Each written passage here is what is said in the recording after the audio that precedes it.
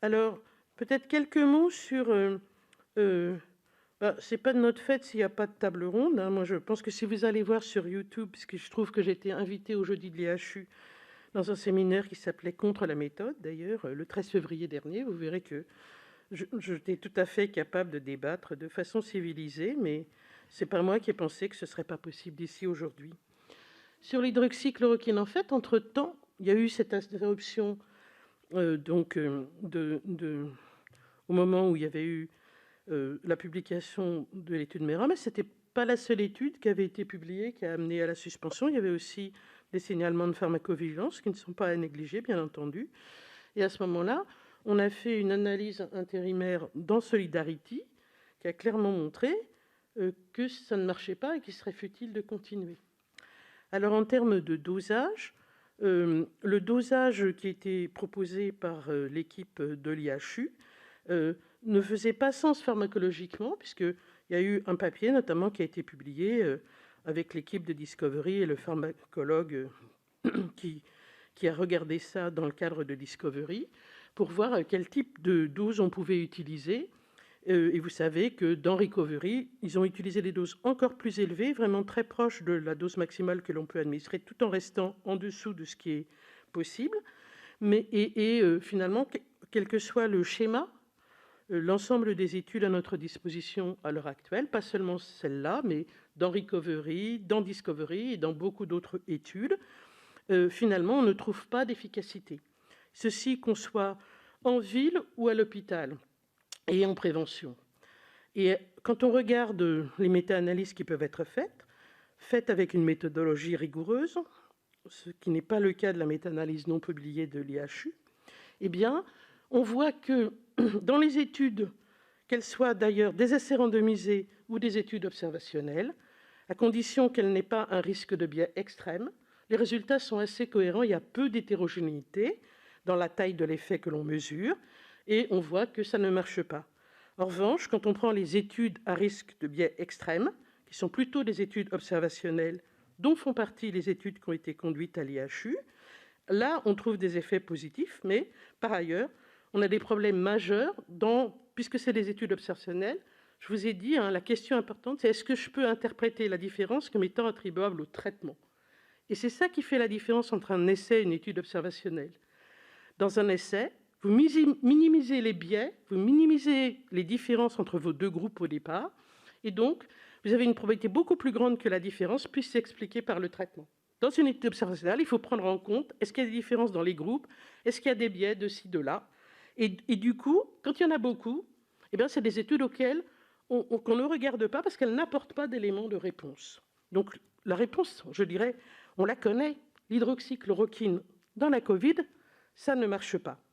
Et on a mieux compris pourquoi, parce qu'initialement, il y avait eu des études in vitro, dans des cellules, mais les cellules qui avaient été utilisées, c'est des cellules dans lesquelles le mécanisme d'entrée du virus dans la cellule n'est pas le même que celui de l'entrée du virus dans les cellules du poumon.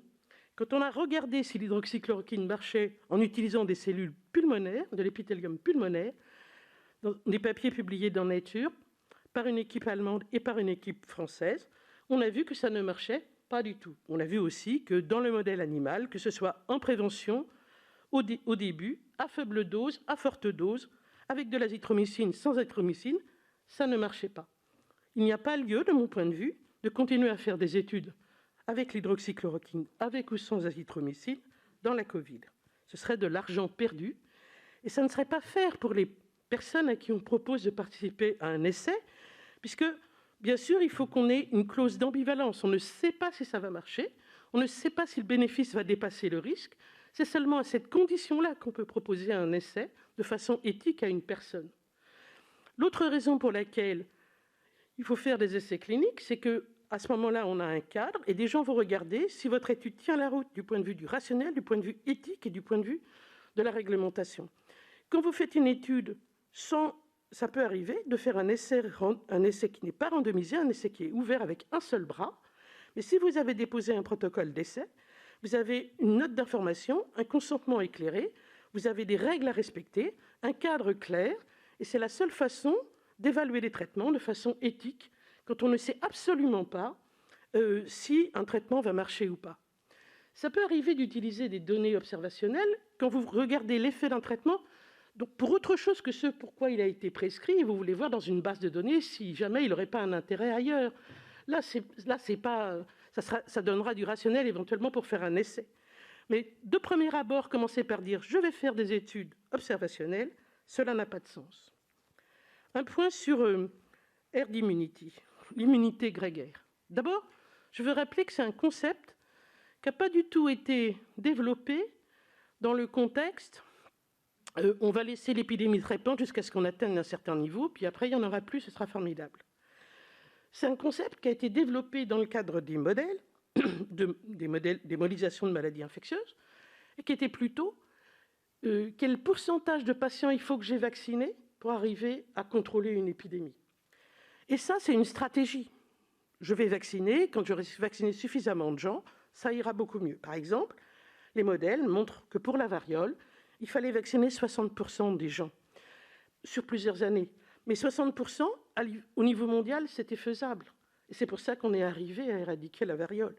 La rougeole, il faudrait vacciner 98% des gens, plusieurs années, et c'est particulièrement difficile. D'ailleurs, on n'y arrive pas.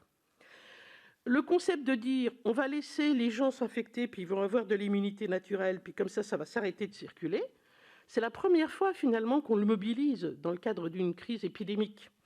Il n'est pas du tout sûr que ça marche dans ce contexte-là.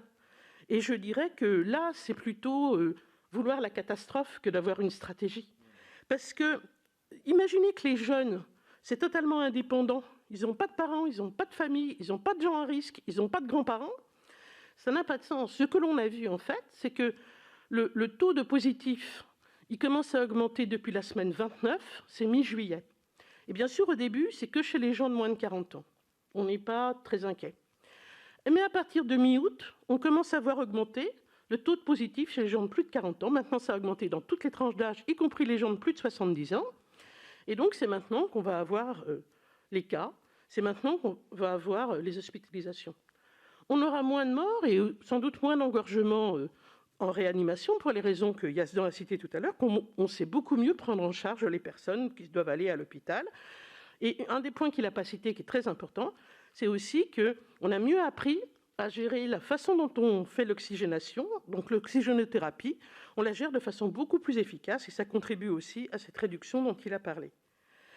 Et un point, du coup, on n'a absolument pas besoin, pour expliquer la situation actuelle et le fait qu'on ne voit pas encore... Mais vous voyez, le problème, c'est que les cas à l'hôpital, au début du mois d'août, ils doublaient tous les 26 jours, puis ensuite tous les 14 jours, et dans les régions en tension à l'heure actuelle, c'est tous les 7 jours. On voit qu'on est parti. Si on attend d'être submergé à l'hôpital pour agir, on a facilement 4 semaines de retard sur le virus. On n'a plus aucune chance d'être efficace dans des mesures de distanciation, de restriction des réunions et des choses comme ça. Et il n'y a absolument pas besoin d'expliquer que le virus a muté pour expliquer la situation. Donc, par parcimonie, ça ne marche pas. Ce n'est pas une explication de la situation actuelle. Les virus, et en particulier les virus à ARN, ça mute très régulièrement. Le problème, c'est est-ce que ces mutations changent la virulence ou pas? On n'a aucune donnée qui montre une modification de la virulence. Les mutations, il y en a. Et en plus, il faut rajouter que les coronavirus, c'est des virus à ARN, mais qu'ils ont une enzyme spéciale qui répare. Donc, quand ils se répliquent, il fait des erreurs, mais il y a une enzyme qui vient réparer les erreurs. Ce qui fait que ce n'est pas du tout comme la grippe ou pas du tout comme le VIH de ce point de vue-là. Et voilà.